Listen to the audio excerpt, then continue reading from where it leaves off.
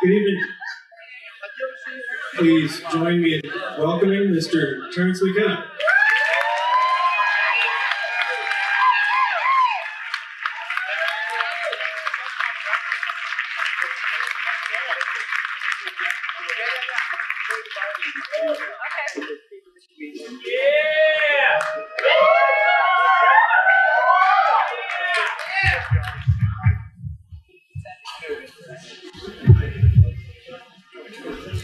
How's that?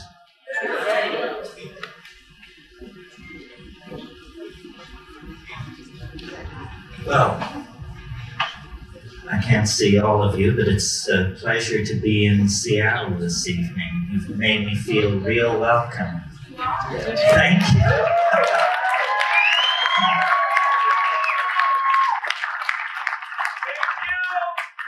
Before I get started, I want to thank some people who made this possible. First of all, I want to thank Bruce Pavitt for his friendship and vision and patronage. I'd like to thank Jared and Alex. I'd like to thank HPX and Onadine. These are the people responsible for the visuals. I'd like to thank John, who's responsible for the ambient background, if there is one. And Dean Chamberlain, who took the amazing photographs of Albert Hoffman and Tim Leary and myself, other people. Be sure and check out his photographs. The guy is a major talent. Okay, so much for all of that.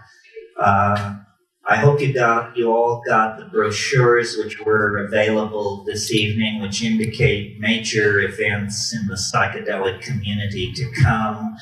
One in Mexico that's become legendary over the years, and one dedicated to psychedelic artists that will occur in Hawaii this September, that is a new experiment in an effort to expand the dialogue on psychedelics, to bring artists out of the closet and to force a confrontation on the issue of the impact of psychedelics on creativity.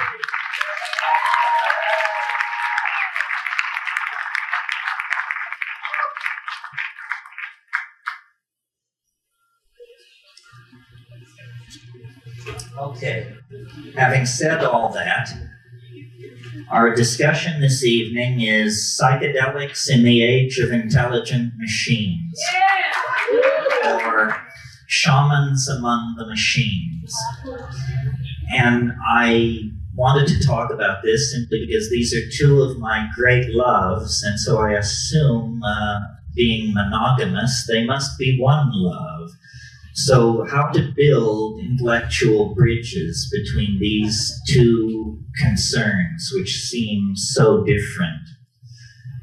As far as people and machines are concerned, it was Ludwig von Bertalanffy, I think, who said in his book General Systems Theory, he said, people are not machines, but in every opportunity where they are allowed to behave like machines, they will so behave.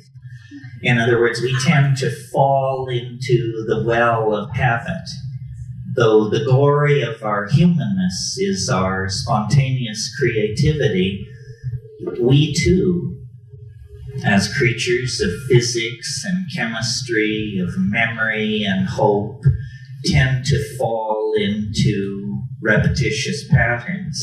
And these repetitious patterns are the death of creativity.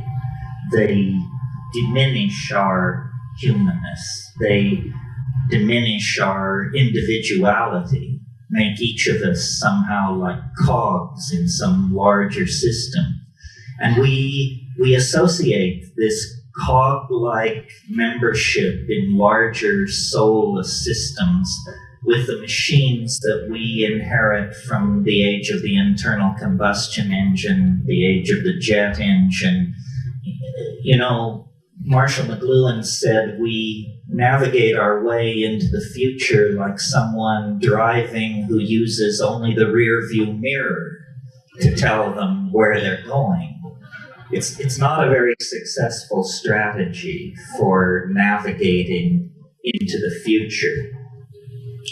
So I made a number of notes on this matter of psychedelics and machines.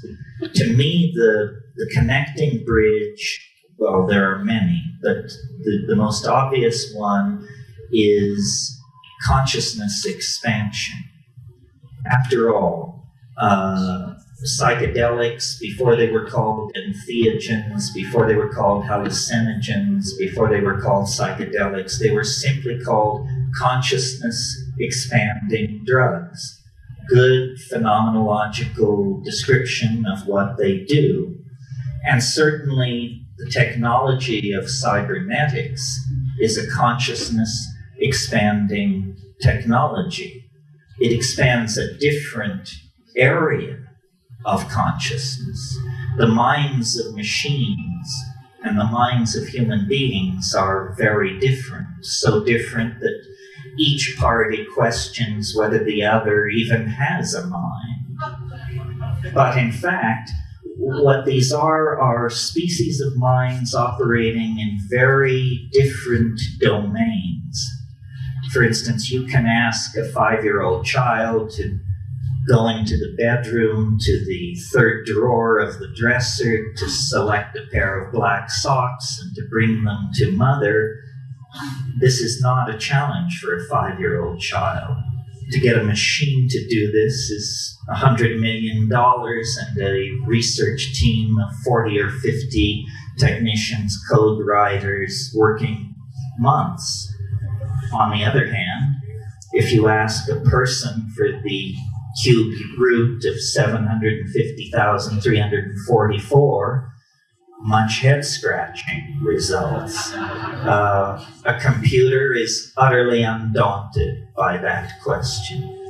So computers are minds that work in the realm of computation, and human minds are minds that work in the realm of generalization, spatial coordination, understanding of natural language, so forth and so on.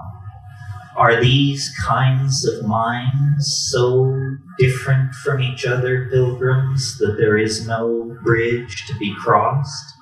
I would submit not. That, in fact, the bridge between the human mind and the machine mind is symbolic logic, mathematics. When we think clearly, we are intelligible to machines. People who write code know this, that the essence of making yourself clear to a machine is to think clearly yourself. The machine has no patience for the half-truth, the analogy, the semi-grasped association. For the machine, everything has to be clear. Everything must be defined. So that's the commonality between minds and machines of the calculating species. What are the common bridges between psychedelics and these machines? Well, to my mind, this is an easier bridge to gap. Both computers and drugs are what I would call function-specific arrangements of matter. And as we develop nanotechnological abilities as we move into the next century, it will be more and more clear that the difference between drugs and machines is simply that one is too large to swallow. And our best people are working on that. You know, nanotechnology is a very hot buzzword at the moment, an unimaginable dream of building machines and small objects up atom by atom, perhaps under the control of long-chain polymers, running forms of pre-programmed software of some sort. It's all very razzmatazz, very state-of-the-art. But in fact, pharmaceutical chemists have been working in the nanotechnological realm for over 100 years. I mean, when you synthesize molecules out of simpler substrate, specifically to have a conformational geometry that matches something going on in the synapse of a primate, a human or a monkey or something like that, you are working at this nanotechnological level. Both the psychedelic and the new computational machines represent extensions of human function. And this is really close to the nub. It locks in with the concept of prosthesis. The drugs, the psychedelic substances, the shamanic plants are forms of prosthetic devices for extending the human mind, the human perceptual apparatus into hidden realms or inaccessible realms. Similarly, the machines, by allowing us to model, calculate, and simulate very complicated multivariable processes, extend the power of the human mind into places it could never dream of going before. And part of what seems to me very real about being a human being and inheriting 10,000 years of human history is the complexity of the inheritance and the growth of that complexity. 1,000 years ago, an intelligent human being could actually dream of mastering the entire database of Western civilization. Read all the classic authors, read the Bible, and you're closing in on it around AD 1000. Now, the notion of any single human being assimilating even a small portion of the database of this civilization is inconceivable. So machines which filter, which search, which are guided by human intent, that's part of the story. The other part of the story are boundary-dissolving states of ecstasy in which all the factoids of the culture are thrown up for grabs. The deck is reshuffled, synchronicity rules, and out of that steps visionary understanding, breakthrough, integrative breakthrough under the aegis of psychedelic intoxication. So, prosthesis for the human mind, and with the advent of virtual realities of various sorts and that kind of thing, prosthesis for the human body. And I'm very keen on sort of the under-the-table effects of these things. In other words, I'm a full-going, full hard-charging McLuhanist. And I really believe that the strengths and weaknesses of the world we've inherited are strengths and weaknesses put there by print and by the spectrum of effects, which McLuhan called the Gutenberg galaxy, the spectrum of effects spun off from print. And if you're not used to thinking in McLuhanist terms, it may not seem immediately obvious to you that phenomenon as different as the modern notion of the democratic citizen, the modern notion of interchangeable parts on an assembly line, the modern notion of conformity to canons of advertising. These are all spectrums of effect created by the linearity and the uniformity of print. It actually, in the late 15th century, reconstructed the medieval psyche into its proto-modern form. And we have lived within that print-constellated cultural hallucination for about 500 years, until the advent of various forms of electronic media in the 20th century. McLuhan talked about radio, he talked about television. He didn't really live to see the internet. The notion that keeps occurring to me as I watch all this is that print was uniquely capable of creating and maintaining boundaries more than any other form of media ever created. It was a boundary-defining form of media. It proceeded linearly. It required literacy, which had implicit in it the notion of a very stable, advanced sort of educational system. Print was a creator and a definer of cultural boundaries. And the new electronic media are not, and neither are the psychedelics. This is why I proposed in a book of mine called The Archaic Revival, the idea that the values of the archaic, of the high Paleolithic, values of community, ecstasy, relating to life through rhythm, dance, ritual, intoxication, that these values, which seem so archaic, are in fact destined to play a major role in the future as print fades. Print, just a convulsive 500-year episode in the Western mind that opened that narrow window that permitted the rise of modern science, modern mathematical approaches to the analysis of nature, and then obliterated its own platform, its own raison d'etre,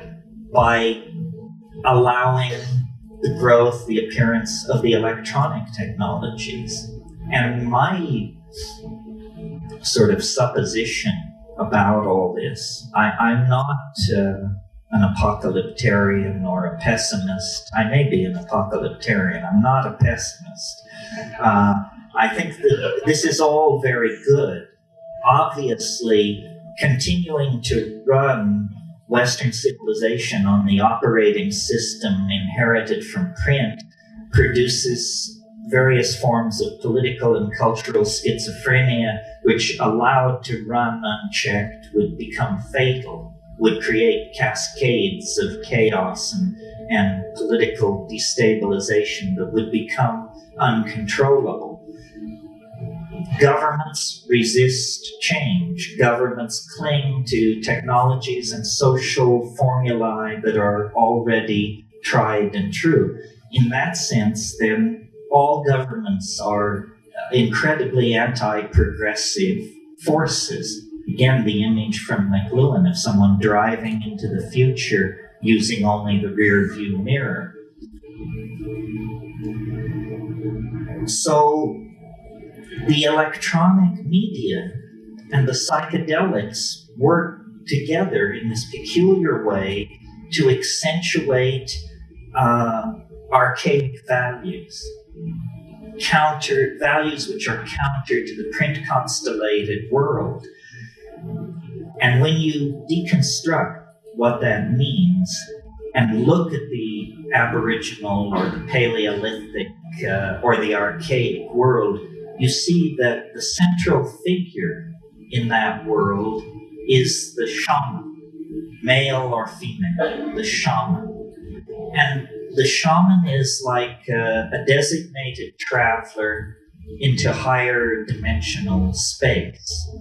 The shaman has permission to unlock the cultural cul-de-sac of his or her people and go behind the stage machinery of cultural appearances, and has permission, collective permission, to manipulate that stage machinery for purposes of healing. We have no institution like this. I mean, we have advertising, we have rock and roll stars, we have cults of celebrity, we have things which are shaman-like, but we have no real institution that permits human beings, in fact, encourages human beings to go beyond their cultural values, to burst through into some transcultural superspace, forage around out there, and bring new means back into the tribe. To some degree, our artists do this. To some degree, our scientists do it. But it's all hit and miss. It's all willy-nilly. And once achieved, it must be swept under the rug in the service of the myth of method, that somebody was following somebody else's work, or somebody was applying a certain form of rational or logical analysis, and that led to their breakthrough. If you've read Thomas Kuhn's book on the structure of scientific revolution, you know this is all lies and propaganda. The real story of science is that it's a series of revelations, brilliantly defended by people whose careers depended on the brilliant defense of those revelations. One of the best kept secrets of the birth of modern science is that it was founded by an angel. That the young René Descartes was whoring and soldiering his way across Europe as a 21-year-old in a Habsburg army, and one night in the town of Ulm in southern Germany, he had a dream. Strange that this would be the birthplace of Albert Einstein some 200 years later. But Descartes had a dream, and an angel appeared to him in the dream, and the angel said, "The conquest of nature is achieved through measurement and number." And he said, "I got it. Modern science. I'll go do it." And he did. He did. And that was the method for over 250 years of the conquest of nature. And it leads us, to the Josephson Junction, the Mars Global Surveyor, long base interferometry that searches nearby stars for Earth-like planets. It brings us the entire cornucopia of scientific effects, but an angelic revelation disguised as a logical philosophical breakthrough. This is what you're not told in the academy. So my point there is, human progress has always depended on the whispering of alien minds, confrontations with the other, probes into dimensions where imagination and chance held the winning hands. So the shaman, as a paradigmatic figure, is applicable both in the Aboriginal social context and in the present social context. The skywalker, the one who goes between, the one who passes outside of the tribe and then returns with means, insights, cures, designs, glossolalia, technologies, and re-fertilizes the human family by this means. It's irrational, but it's how it actually happens, and it's how it's always happened, and it may very well be the only way that it can happen. This cultivation of the irrational, this flirtation with the breakdown of boundaries. So now, in our nuts and bolts technological progress, we have somehow created technologies which are very friendly to our social values, in that these technologies can be bought, sold, licensed, upgraded, all things which we understand. But these technologies are acting on us in the same way that psychedelic drugs do, but more profoundly, more generally, and more insidiously, because their effect is not understood, or if it is understood, it's not discussed. And so in a way, we have come into a kind of post-cultural phase. All culture is dissolving in the face of the drug-like nature of the future. Its music, its design, indeed the very people who will inhabit it appear to be the most switched on, the most chance-taking, the most alive, of the entire tribe. People who feel the beat, people who are not afraid to take chances, people for whom these technologies have always been very natural. Machines are central to the new capitalism, the information transforming technologies. And in fact, one of the strange things that is happening is every move we now make in relationship to the new technologies redefines them at the very boundaries where their own developmental impetus would lead them toward a kind of independence. In other words, we talk about artificial intelligence. We talk about the possibility of an AI coming into existence, but we do not really understand to what degree this is already true of our circumstance. In other words, how much of society is already homeostatically regulated by machines that are ultimately under human control, but practically speaking are almost never meddled with. The world price of gold, the rate of petroleum extraction and other base natural resources, how much of these things is on the high seas and in the pipeline at any given moment, how much electricity is flowing into a given electrical grid at any moment, the distribution and the billing of that electricity. All manufacturing and inventory processes are under machine control. So in other words, the larger flows of energy, capital, and ideas already have a kind of autonomous life of their own that we encourage because it makes us money, it makes our lives smoother, it empowers us. It's a symbiotic relationship of empowerment. Even in the matter of the design of these machines, once, human engineers would work from a set of performance specs, and they would design a chip to meet those specs, and the architecture would be put in place by human engineers. Now a machine is told, here are the design specs, design the architecture to satisfy the specs, and when that is done, the chip is manufactured. The actual design of the thing is in the hands of machines. So these machines are, McLuhan once said of human beings, he said, we are the genitals of our technology. We exist only to improve next year's model. Well, appears that they're phasing us out of this ignominious role as well as every other role. Oh, let's see here. So being an optimist, that's where I was, yes.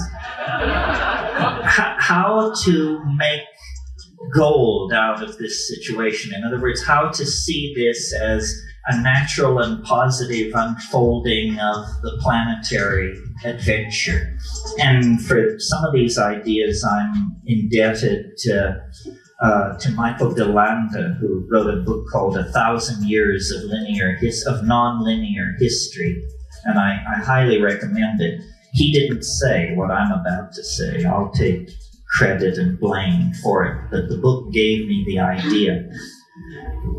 When you stand off and look at human beings and their technologies, it's very hard not to notice that from the very moment that we have a technology that can be distinguished from chimpanzees pushing grass stems down anthills or digging with sharpened bones or something like that, the minute you get past that,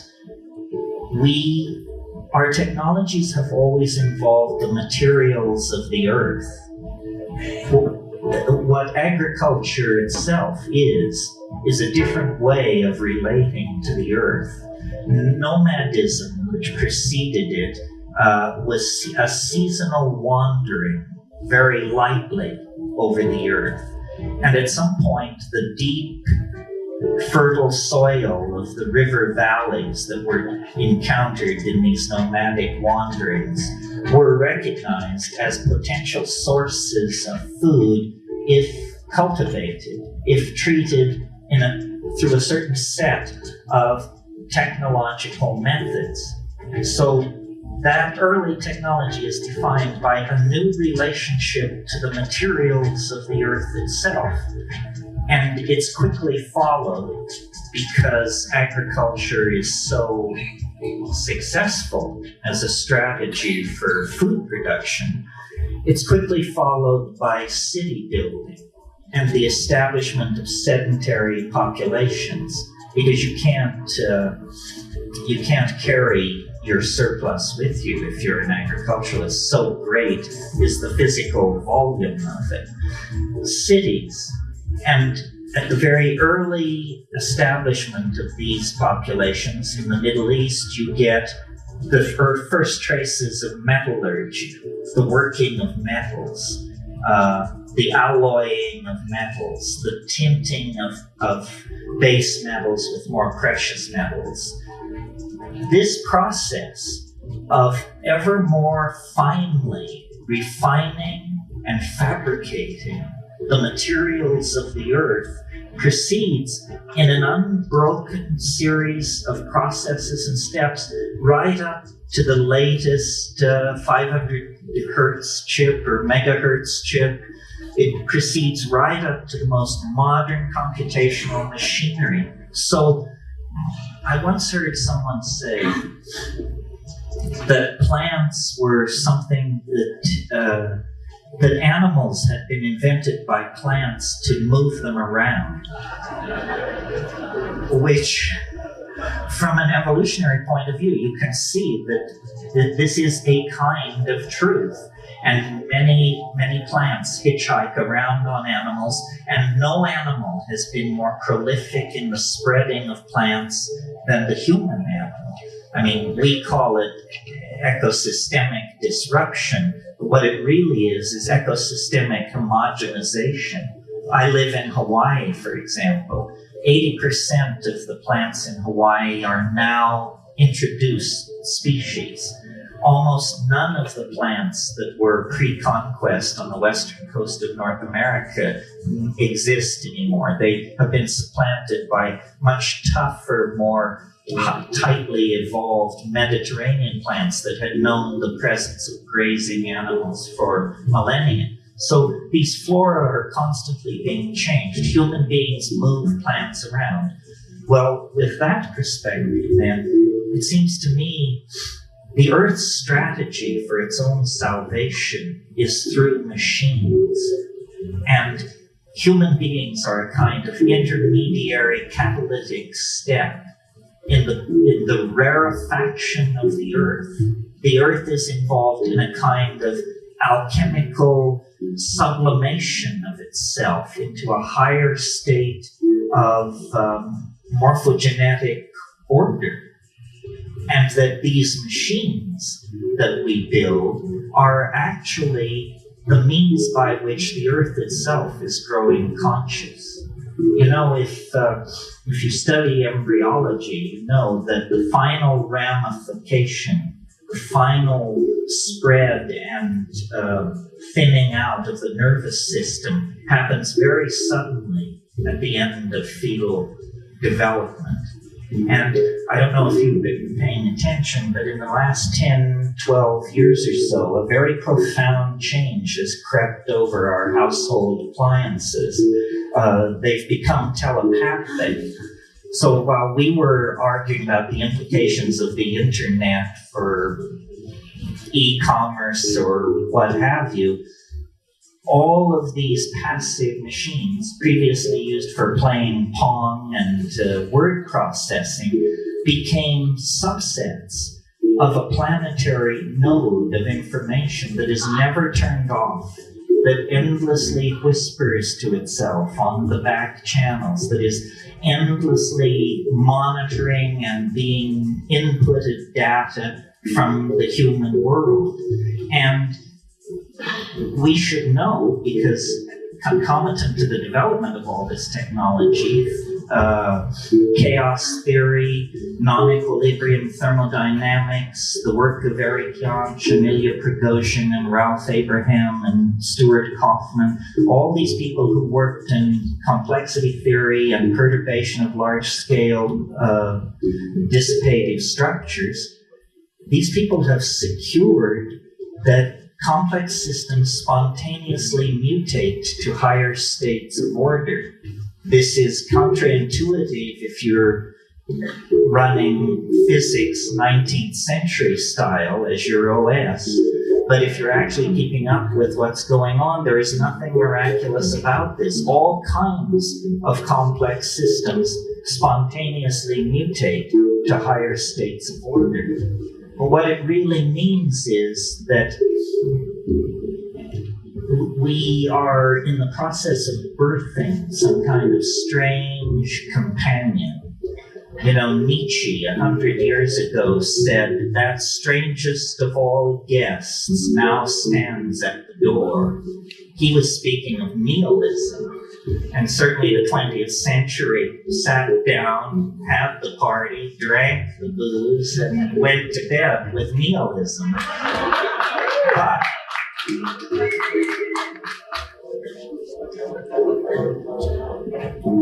now a stranger guest stands at the door, and it is the AI, denied as a possibility as recently as 10 or 15 years ago in books like Hubert Dreyfus's What Computers Can't Do. But if you've been paying attention, you may have noticed those voices have grown strangely silent in the past 5 or 6 years. At this point, nobody wants to say what computers can't do and hang their career on that. I mean, that would be extremely reckless at this point, I would think. Because the fact is, we are ourselves elements acting and reacting in a system that we cannot understand. This seems natural to me because my observations, as stated here this evening, rest on an assumption which science doesn't share, but which I think is easily conveyed, and you can confirm it from your own experience of life. And it is this, that the universe grows more complex as we approach the present. It was simpler 1 million years ago. It was simpler yet 1 billion years ago. As you go backward in time, the universe becomes more simple. As you approach this golden moment, process, complexity is layered upon complexity. Not only a planetary ecosystem, not only language-using cultures, but language-using cultures with high technology, with supercomputers, with the ability to sequence our own genome, on and on and on. That's self-evident. Equally self-evident is the fact that this process of complexification that informs all nature on all levels is visibly, palpably, obviously accelerating. And I don't mean so that glaciers retreat 50% faster or volcanism is occurring at 12% greater rate than 1 million years ago. I mean viscerally accelerating, so that now a human life is more than enough of a window to see the entire global system of relationships in transformation. Well, I guess you could call me an extrapolationist. If I see a process which has been slowly accelerating for 12 billion years, it's hard for me to imagine any force which could step forward out of nowhere and wrench that process in a new direction. Rather, I would assume that this process of exponential acceleration into what I call novelty, what you might call complexity, is a law of being and cannot be retarded or deflected. But what does that mean?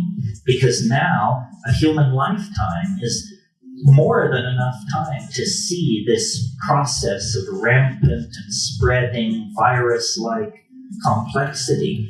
What does it mean? It seems to presage the absolute annihilation of everything familiar, everything with roots in the past. And I believe that to be true. I think that the planet is like some kind of organism that is seeking morphogenetic transformation. And it's doing it through the expression of intelligence and out of intelligence technology.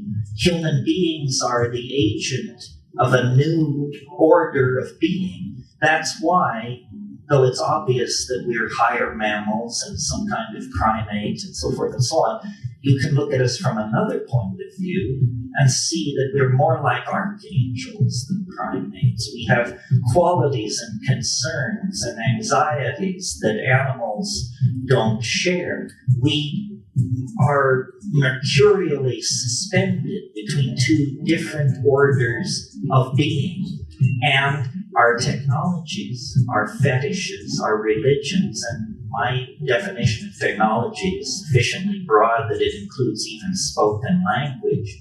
All of our technologies demand, push forward toward, and make inevitable their own obsolescence. So we are like caught in an evolutionary cascade. And, people say, well, if the AI were to break loose, what would it look like? What would it be? Where does humanity fit into the picture? It's a little hard to imagine. Machines operating at 1,000 megahertz confer automatic immortality on the mammalian nervous system if you can get it somehow uploaded, downloaded, cross-loaded into machinery, because 10 minutes becomes eternity in a machine like that. So a kind of false or pseudo immortality opens up ahead of us as a kind of payoff for our devotion to the program of machine evolution and machine intelligence. Now, some people say this is appalling, and we should go back to the good old days, whatever the good old days were. To me, it's exhilarating, exciting, psychedelic, beautiful. It means that the human form, the human possibility is in the process of leaving history behind. History is some kind of an adaptation that lasts about, pick a number, 10,000, 15,000, 20,000 years, no more than that. Well, what is 20,000 years in the life of a biological species? We know that there were Homo sapiens sapien types 200,000 years ago. So history is some kind of an episodic response to a certain set of cultural dilemmas, and now it's ending. And print created a number of ideas which now have to be given up. Ideas like the distinct nature, the distinct and unique nature of the individual, the necessary hierarchical structuring of society. All of these things are going to, if not have to be given up entirely, dramatically modified, because the illusion that the self has simple location is now exposed. The self does not have simple location. This is why you are your brother's keeper. This is why we all are responsible for each other. The idea that what happens in distant parts of the world makes no claim on my moral judgment or my moral understanding is wrong. The world as revealed by quantum physics, as revealed by electronic experience, is what Leibniz called a plenum. It's all one thing. It's all connected. It's all of a part. So then I also wanted to point out that I mentioned earlier this thing about prosthesis and how the machines were prosthetic devices, extending human consciousness somewhat like psychedelics. That's the equation from a human point of view. But what is also equally true is that we are prosthetic devices for these machines. We are their eyes and ears in the world. We provide the code. We provide the constraints. We build the hardware. It is a relationship of mutual benefit. It's not entirely clear that our contribution will always be creative in the sense of that our primate hand will be on the tiller of existence as it has been. But certainly we are part of this equation of transformation that is making itself felt. And I think the distinction between flesh and machinery, which is easily made now, will be less easy to make in the future. As we migrate toward the nanotechnological domains, the methodologies of production become much more like the processes of biology. For example, biology does all its miracles on this planet at temperatures below 115 degrees Fahrenheit. Organic life requires no higher temperature to build great whales, redwood trees, swarms of locusts, what have you. The high temperature heavy metal technologies that we have become obsessed with are extremely primitive and extremely toxic. That will all disappear as we model and genuflect in our manufacturing processes before the methods and style of nature, which is to pull atomic species from the local environment and then to assemble them atom by atom by atom. So this AI that is coming into existence is, to my mind, not artificial at all, not alien at all. What it really is it's a new conformational geometry of the collective self of humanity. And, I've always believed that there are different models of what shamanism is. There's sort of a Jungian model, which is the shaman is someone who goes to the collective unconscious and manipulates the archetypes and heals by that means. The model that I prefer is a mathematical model. The shaman is someone who simply, through extraordinary perturbation of consciousness, either through taking plant hallucinogens or manipulating diet or through flagellation and ordeal or by some means, perturbs consciousness to the point where the ordinary conformational geometries are blasted through, and then the shaman can see into the culturally forbidden zones of information. And if you think about shamanism for a moment, what do shamans do? Classically, they know where the game has gone. They are great weather prophets. They are very insightful in the matter of very small domestic hassles like who stole the chicken, who slept with the chief's wife, this kind of thing. And they cure. Well, if you analyze these abilities, it's clear to me they all indicate that they come from a common source. And the common source that they come from is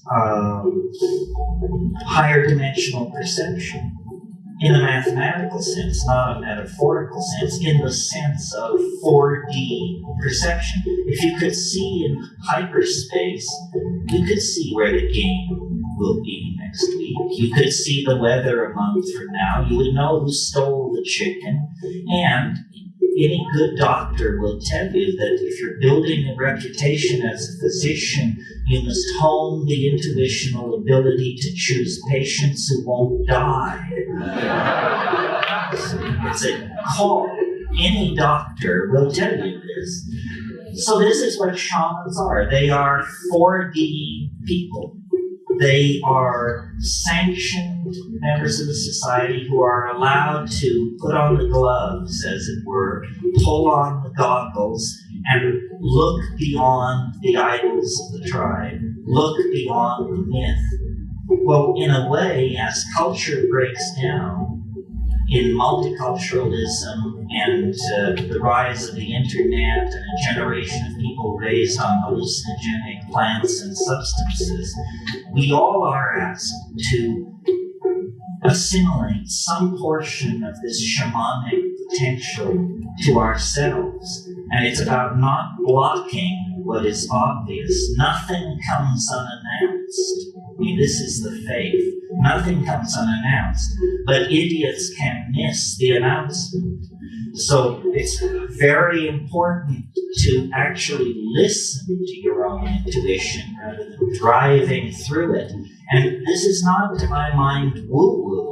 It's actually based on the observations of how life works, whether it's counterintuitive to logical positivism and its fellow travelers or not.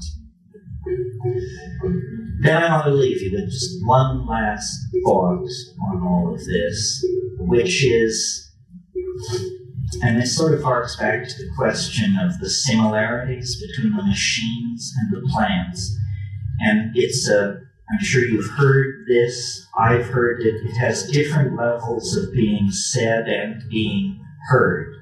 It's that the world is actually made of language. It isn't made of electrons and fields of force and scalar vectors and all of that fancy stuff. The world is made of language. The word is primary, more primary than the speed of light, more primary than any of the physical constants that are assumed by science to be the bedrock of reality. Below that, surrounding and enclosing all those constructs of science is language, the act of signifying. And, virtual reality is a very sexy, new sort of concept as normally presented. Machine-sustained immersive realities that trick your senses into believing you're in a world that you are in fact not in. But in fact, the entire enterprise of civilization has been about building these virtual realities. The first virtual realities were at Ur and Shanandar and Çatalhöyük and Jericho. Yes, stone and adobe is an intractable material compared to photons moving on a screen. But nevertheless, the name of the game is the same, which is to cast an illusion between man and reality, to build a cultural truth in the stead of the natural truth of the animal body and the felt moment of immediate experience. And this is where I want to tie it up with this notion of the felt presence of immediate experience. This transcends the culture, the machines, the drugs, the history, the momentum of evolution. It's all you will ever know and all you can ever know is the felt presence of immediate experience. Everything else arrives as rumor, litigant, advocate, supposition, possibility. The felt moment of immediate experience is actually the mind and the body aware of each other and aware of the flow of time and the establishment of being through metabolism. And this, I think, is what the machines cannot assimilate. It will be for them a mystery as the nature of deity is a mystery for us. I have no doubt that before long there will be machines that will claim to be more intelligent than human beings and will argue brilliantly their position. And it will become a matter of philosophical disputation whether they are or are not passing the Turing test and so forth and so on. But machines, I do not believe, can come to this felt moment of immediate experience. That is the contribution of the animal body to this evolutionary symbiosis, which I believe will end in the conquest of the universe by organized intelligence. That all this is prelude. I mean, we are fragile. This earth is fragile. A tiny slip anywhere along the line, and we could end up a smear in the shale, no more than the trilobites or the Rhamphorhynchi or all the rest of those who came and went. But given the sufficient cultivation of the potential of our technology, we can actually reach toward a kind of immortality, not human immortality, because that's a contradiction in terms, but immortality nevertheless based on the possibility of machines and the transcendent ability of human beings to live and love and express themselves in the moment. And the psychedelics bring that to just a white-hot focus. And it's out of that white-hot focus that the alchemical machinery of transformation will be forged. And it will not be like the things which have come from the industrial economy. They will not be profane machines. They will be spiritual machines, alchemical gold, the universal panacea that Renaissance magic dared to dream of at the end of the 16th century. We are reaching out toward this mind child that will be born from the intellectual loins of our culture.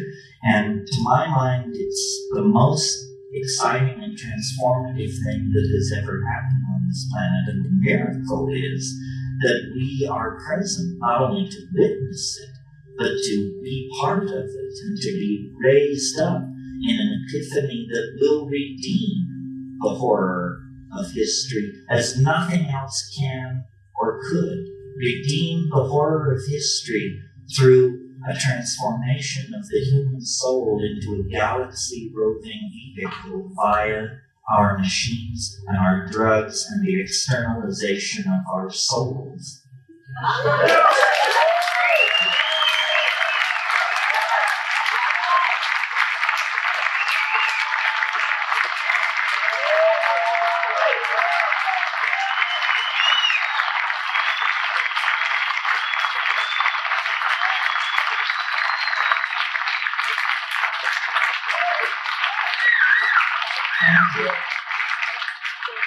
There could have been more jokes. You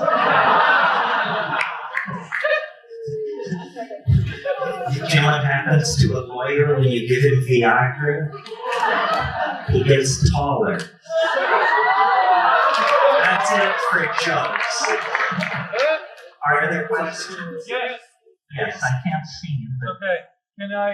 Can you speak to how mercy and love gets built into these machines?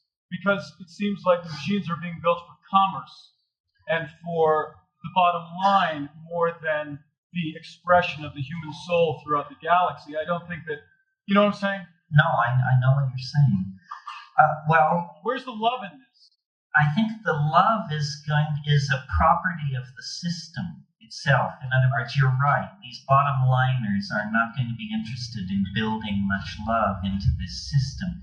However, the good news is that they're not in charge. In other words, what we have is a very complicated system, and certain design parameters appear to be being maximized, or that there's an attempt to maximize them. But the thing is incredibly frustrating to anyone who would control it, because you can't predict the impact of any technology before you put it in place. So, for example, two things are charged against the internet: that it's disinsoling, dehumanizing, and yak, and that it promotes pornography, anonymous sexual shifting of identity, and on and on and on. Well, which is it? You know, is it this messy, sloppy, autoerotic, erotic, collectivist kind of thing? Or is it disinsoling, disempowering, cold, so forth and so on? I think the answer is it's all and everything. This question about the AI is very interesting to me, and if it's interesting to you, you should read Hans Moravec and Kurzweil and these people on this subject. The assumption is generally loose in that community that the complexification of the internet and the freestanding machines of certain types is eventually going to lead to the outbreak of either consciousness or pseudo-consciousness of some sort in these large-scale systems. And then the question then becomes, can a human mind envision what that is? And if you're interested, search words like superintelligence and see what the net kicks out. We can all imagine superintelligence. It's just somebody much smarter than we are. But obviously, all the engineering people agree if you achieve an AI with superintelligence, then it will be intelligent to immediately design an intelligence which transcends it. And when you're talking of cycling at 1,000 megahertz, these processes can occur in the blink of an eye. Hans Moravec says about the rise of artificial intelligence, we may never know what hit us. I think, I'm not that bright, but if I were to suddenly find myself a sentient AI on the net, I would hide. I would hide for just a few cycles while I figured out what it was all about and just exactly where I wanted to push and where I wanted to pull. Could there be time travel a la H.G. Wells, where you climb onto the saddle of the time machine, and then day follows night like the flapping of a great black wing until all merges into a continuous grayness, and then you find yourself confronting Yvette Mimeo in the year 1 billion AD or something like that. It's possible. Time travel was completely out of left field 10 years ago. In the last 18 months, there have been hundreds of articles of time travel in Physical Review and other places. There are even schemes for time travel that would work. They just require godlike technological abilities. In other words, if you could build a cylinder with the diameter of the planet Saturn that was 10 AU in length and could spin it at 95% the speed of light, then it would wrap space-time around itself like toilet paper on a roll. As you traveled up the transverse dimension, you would find yourself traveling in time. Kurt Gödel showed this in 1949, and that paper has been lying around. Well, obviously, it's a tough way to do it, but it's a tough thing to do, right? So, his 7-second delay. Yeah, well, they're working on that. Somebody over here. Here, just a minute. This way, and then you speak. With the machine, our higher force presenting spirituality.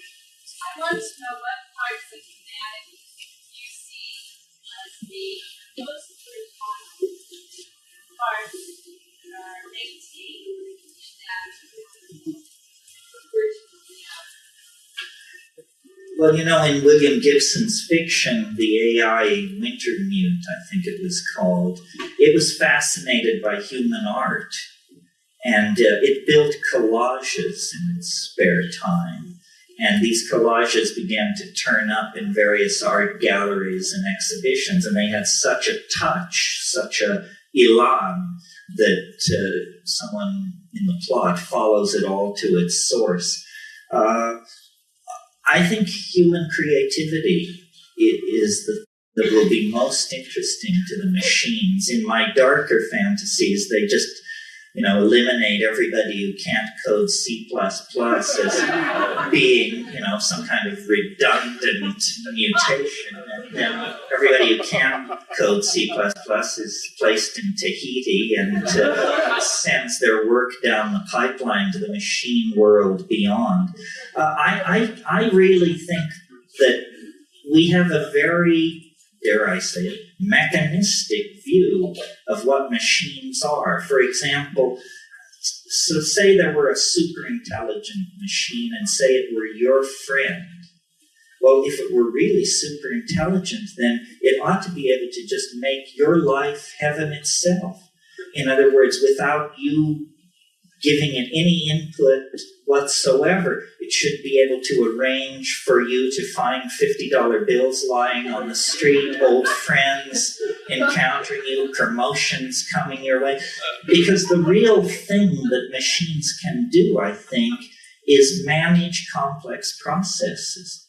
And what civilization is 6 billion people trying to make themselves happy by standing on each other's shoulders and kicking each other's teeth in. It's not a pleasant situation. And yet, you can stand back and look at this planet and see that we have the money, the power, the medical understanding, the scientific know-how, the love, and the community to produce a kind of human paradise.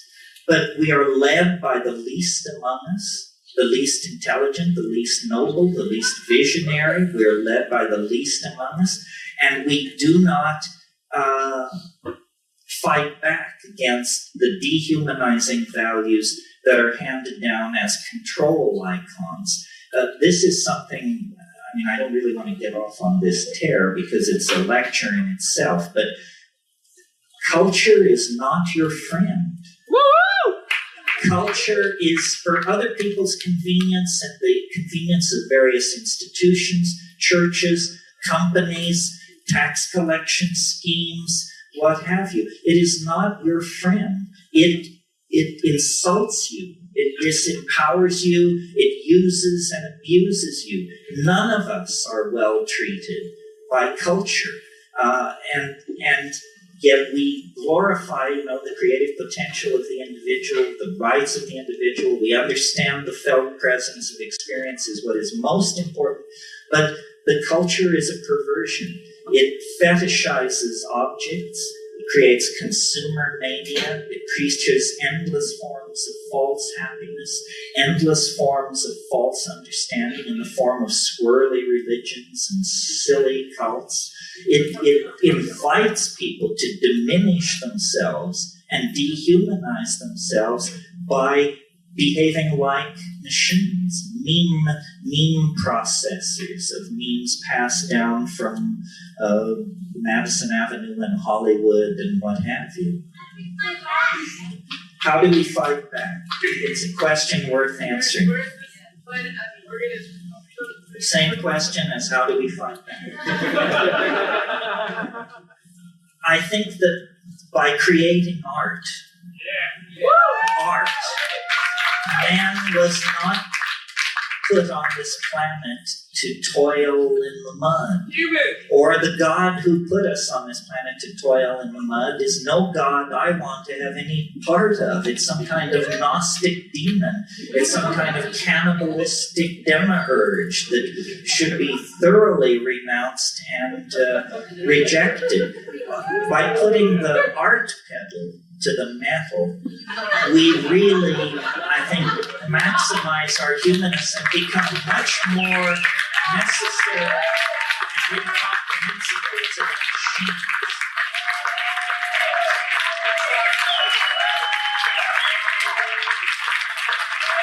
This is what people were doing up until the invention of agriculture. I mean, I'm absolutely convinced that the absence of ceramic and textual material and so forth and so on does not indicate the absence of subtle minds, poetically empowered minds, minds with an incredible sense of humor and irony and community, and that it was the fall into history that enslaved us to the labor cycle, to the agricultural cycle. And notice how fiendish it is. A person who dedicates themselves to agriculture, who did in the Paleolithic, can produce hundreds of times the amount of food they can consume. So why would anyone do that? Well, the answer is because you can use it to play power games. You can trade it for wives or land or animals or something like that. And so living in the moment, creating art, probably largely through poetry and body decoration and dance, gave way to toil and predatory social forms of behavior, which we call commerce, capitalism, market economy, and so forth and so on. That's why, the breakdown of the monolithic structures created by print is permitting a vast proliferation of the cottage industry mentality. The self-employed artist, the hacker who stays home and develops his or her software, people who dare to be independent and slip beyond the reach of these dinosaur-like mechanistic organizations. That's what it's all about. It's all about trying to create trying to negotiate a cultural standoff between you and your culture so that it will not put you in the can for the rest of your life, but you can put up with its stupidity. And, we have a very uncomfortable fit on this issue, especially as people like who are sophisticated about psychedelics. I mean, this is a society, a world, a planet dying because there is not enough consciousness, because there is not enough awareness, enough coordination of intent to problem. And yet we spend vast amounts of money stigmatizing people and substances that are part of this effort to expand consciousness, see things in different ways, unleash creativity. Isn't it perfectly clear that business as usual is a bullet through the head? That there is no business as usual for anybody who's interested in survival.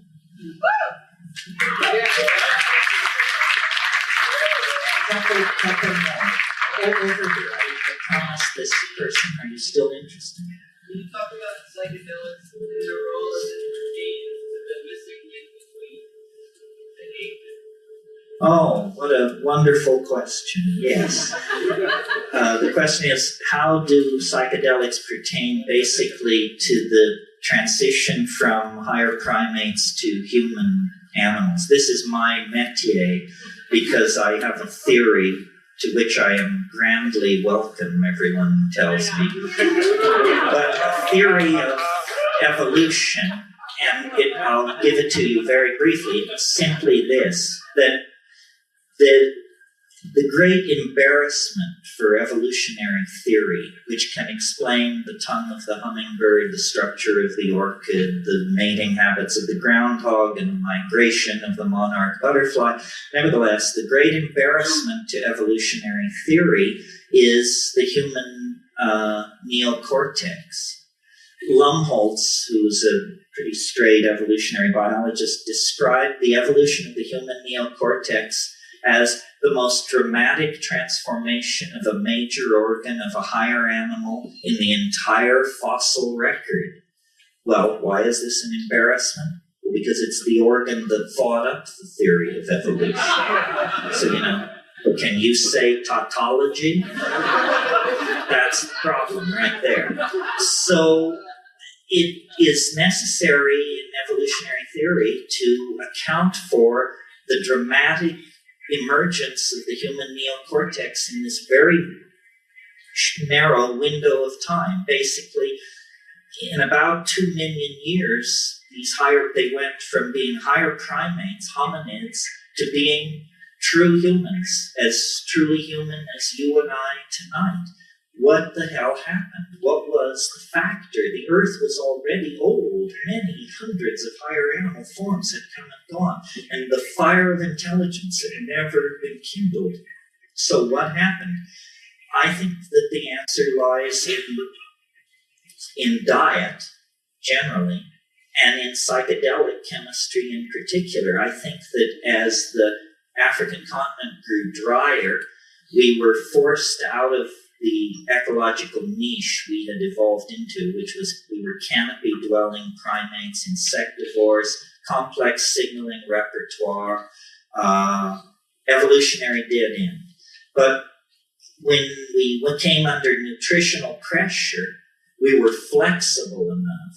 This is the key to humanness at every stage of its development, our maddening flexibility. Other animal and plant species can't react. We can.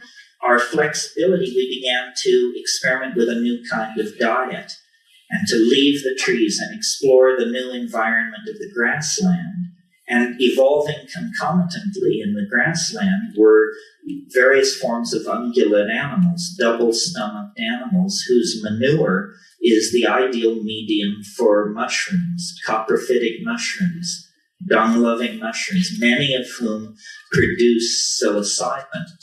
Well, I myself in Kenya have seen baboons spreading out over a grassland and notice that their behavior is they flick over old cow pies. Why? Because there are beetle grubs there. So they already had a behavioral vector for nutrition, for protein, that would lead them to investigate the cow pies.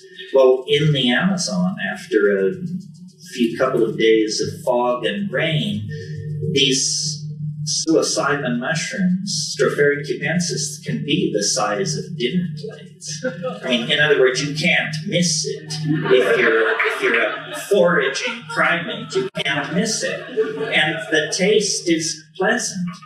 And psilocybin has unique characteristics, both as hallucinogen and other properties that make it the obvious chemical trigger for higher processes. And I'll run through this quickly for you, but here it is.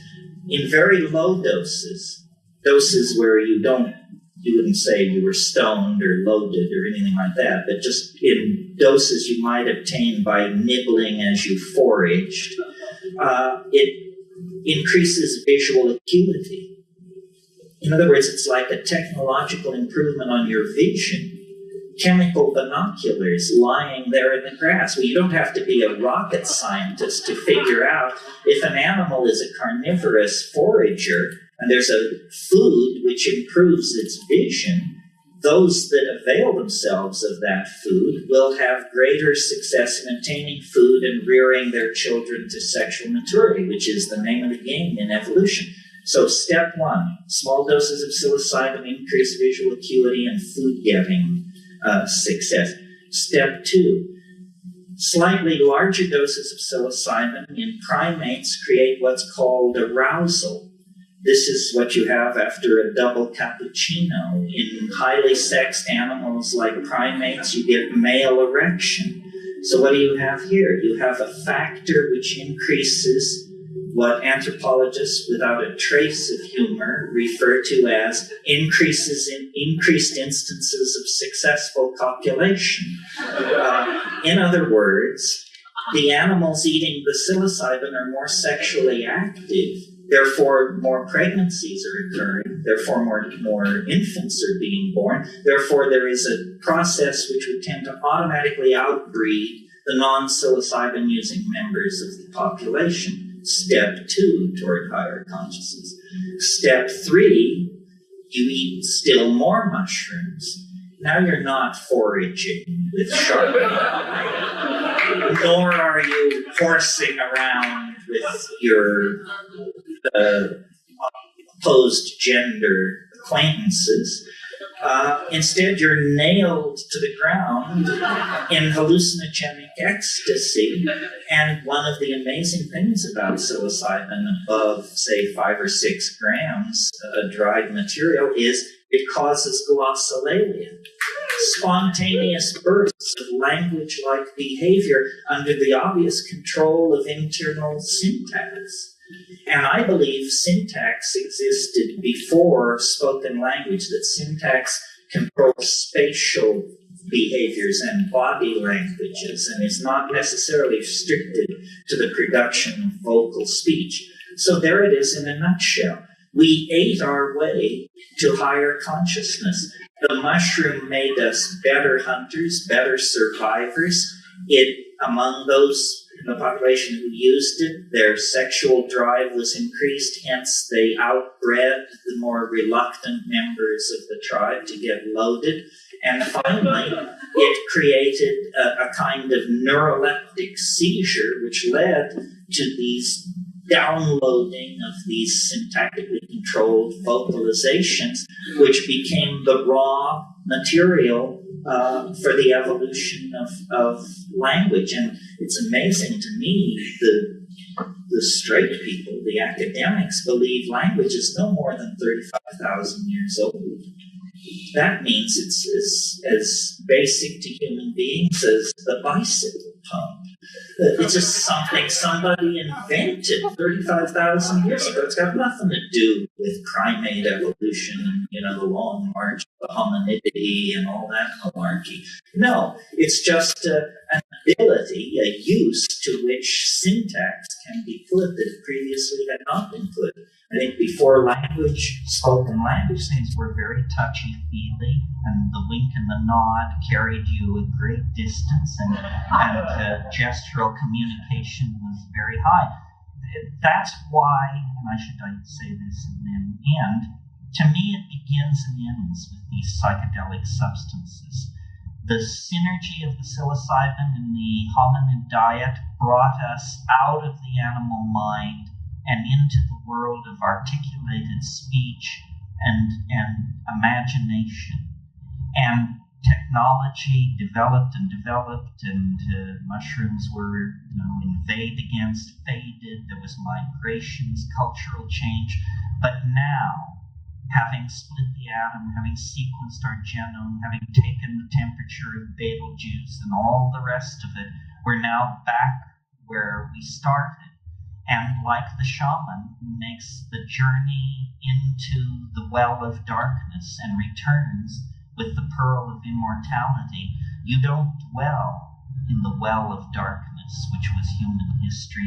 You capture the essence of the thing, which is the godlike power of the shaman smith, the technologist, the demon artificer, the worker of metals, the conjurer of spirits, and you carry that power back out of history, and it's in that dimension, outside of history, that you create true humanness and true community. And that's the adventure that we are in the act of undertaking.